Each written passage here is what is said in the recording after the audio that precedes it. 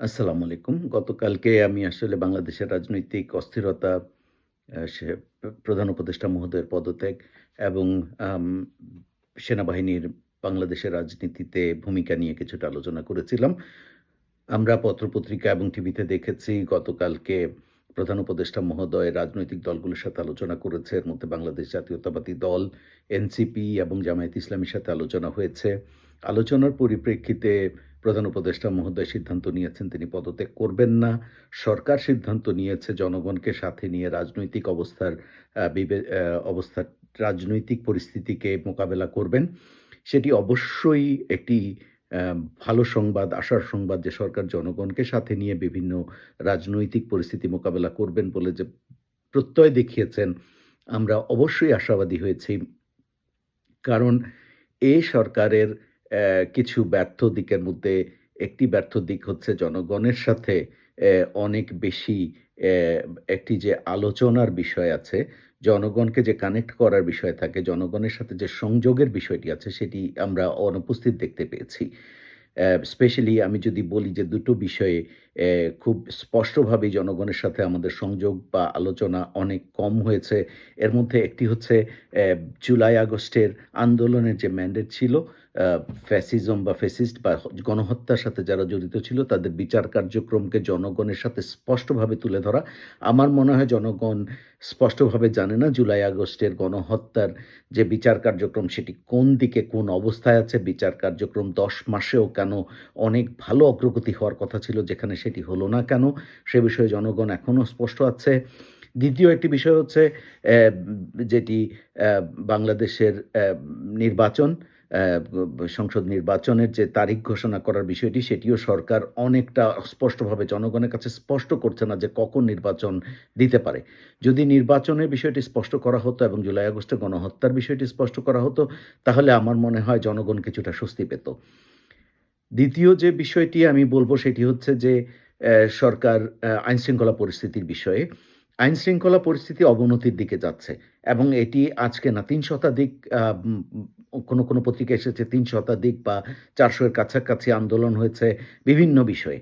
শাহবাগকে ঘিরে, যমুনাকে ঘিরে, বিভিন্ন ঢাকার বিভিন্ন অলিগলি রাজপথকে ঘিরে যেভাবে অকার্যকর করে দেওয়া হয়েছে ঢাকাকে বিভিন্ন সময়ে এবং বিভিন্ন মব জাস্টিস এর নামে যে অ্যা বিভিন্ন রকম আইনশৃঙ্খলা পরিস্থিতি অবনতি হয়েছে, সে বিষয়ে জনগ আ এবং আমি বলব যে এই মব জাস্টিস বলেন আর আন্দোলন বলেন বিভিন্ন কারণে জনগণের যে ভোগান্তি হয়েছে, জনগণ কিন্তু ত্যক্ত বিরক্ত হচ্ছে।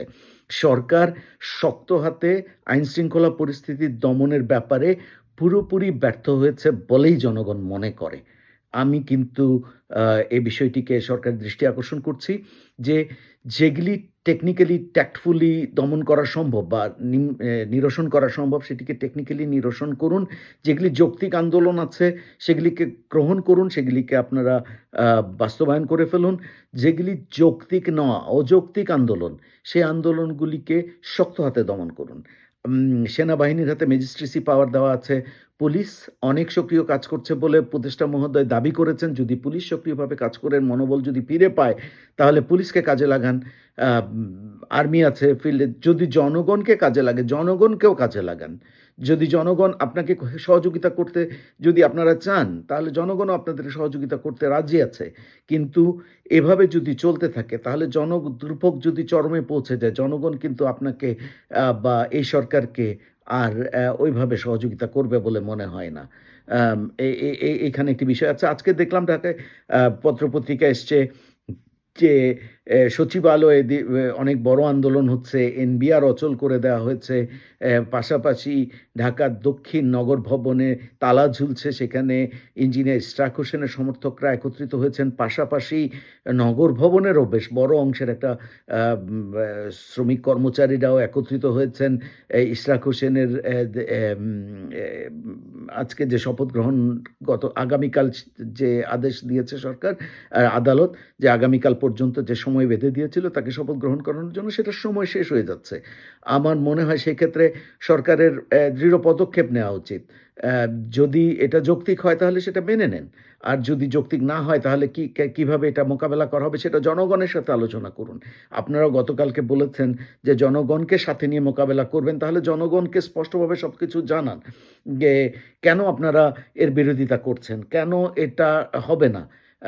তাহলে সেটা জনগণকে সাথে নিয়ে মোকাবেলা করুন। আ আর যদি সেটা যৌক্তিক হয় তাহলে মেনে নিন।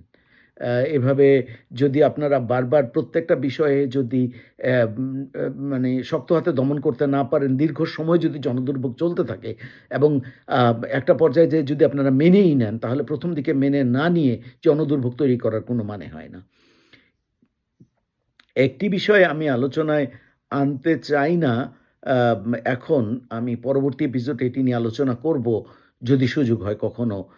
বিএনপির কিছু ঐতিহাসিক ভুল। আ বাংলাদেশ জাতীয়তাবাদী দল বাংলাদেশের বৃহত্তম রাজনৈতিক দল এই মুহূর্তে। অ্যাম জনসমর্থনের দিক থেকে অবশ্যই। যদি নির্বাচন হয়, অনেকেই ধারণা করেন যে জাতীয়তাবাদী দল অবশ্যই সরকার গঠন করবে।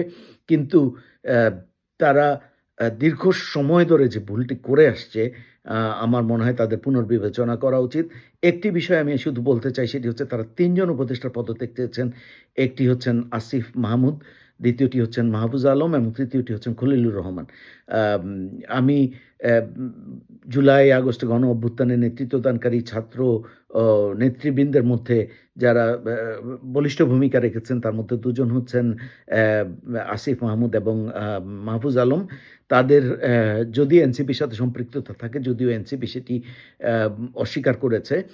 যদিও এনসিপির সাথে সম্পৃক্ততা থাকে বা কোনোভাবে তাদেরকে সমর্থন করার সুযোগ থাকে, আপনারা সেই আওয়াজটি তুলেছেন, ঠিক আছে, যে তাদের পদত্যাগ করতে হবে। একটা স্বচ্ছ নির্বাচনের জন্যে তাদের পদত্যাগের দাবি।